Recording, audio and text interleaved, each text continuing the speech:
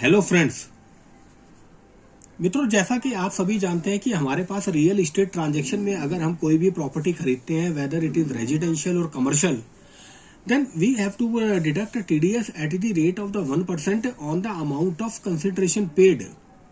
And every year in every finance bill, this provision is 10 to 12 years old. And every year when the budget presented in Lok Sabha, certain amendment comes in the budget in this provision. Section 194 IA of the Income Tax Act deal with the TDS on the purchase of immovable property.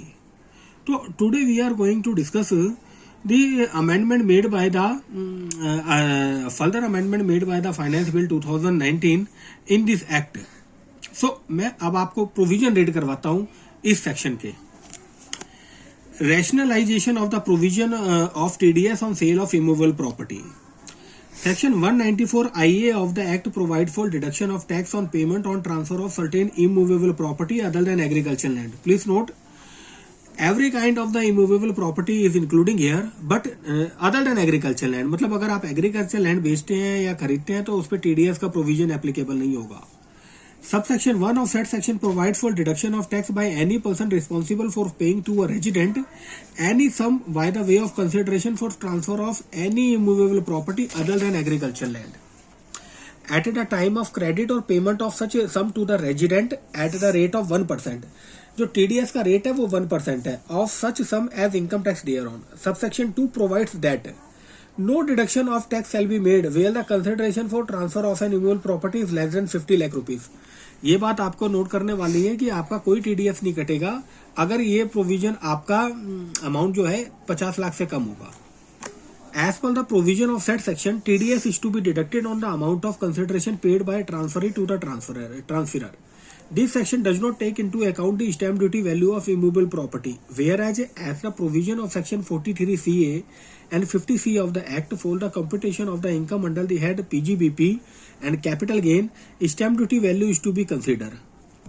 एक बात मैं आपको और बता दूं कि यहाँ पे stamp duty before the finance bill 2020 हम इसमें स्टैम्प ड्यूटी वैल्यू कंसिडर नहीं करते थे, लेकिन जब बजट 2022-20 आया तो उसमें स्टैम्प ड्यूटी वैल्यू भी कंसिडर करने के लिए कहा गया. Thus there is an inconsistency in the provision of section 194 IA and section 43CA and 50C. Section 43CA and section 50C of the Act में हम स्टैम्प ड्यूटी वैल्यू और full value consideration whichever is higher है वो लेके चलते हैं, लेकिन section 194 IA में स्टैम्प ड्यूटी वैल्यू पहले यूज नहीं होती थी before the finance bill 2020. In order to remove inconsistency, it is proposed to amend section 194 IA of the Act to provide that in case of transfer of immovable property other than agricultural land, TDS is to be deducted at the rate of 1% of such sum paid or credited to the resident और stamp duty value whichever is higher. अब आपको TDS उस figure पे काटना है जो उसका sale consideration amount है और जो उसका सर्कल रेट है, that is stamp duty value whichever is higher.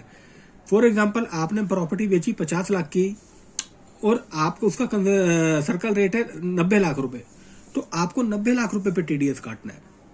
और अगर आपने प्रॉपर्टी बेची 50 लाख रुपए की, उसका सर्कल रेट है 45 लाख, तो आपको 50 लाख रुपए पे टीडीएस काटना है. मतलब दोनों फिगर में से जो ज्यादा हायर होगी उस पर टीडीएस 1% कटेगा. In case the consideration paid for transfer of immovable property and stamp duty value of such property are both less than 50 lakh, no tax is to be deducted. अगर 50 लाख से कम है तो कोई टैक्स नहीं कटेगा. Stamp duty value have meaning assigned to clause F of explanation to clause 7th of subsection 2 of 56. This amendment will take effect 1 अप्रैल 2022 से ये amendment आया है.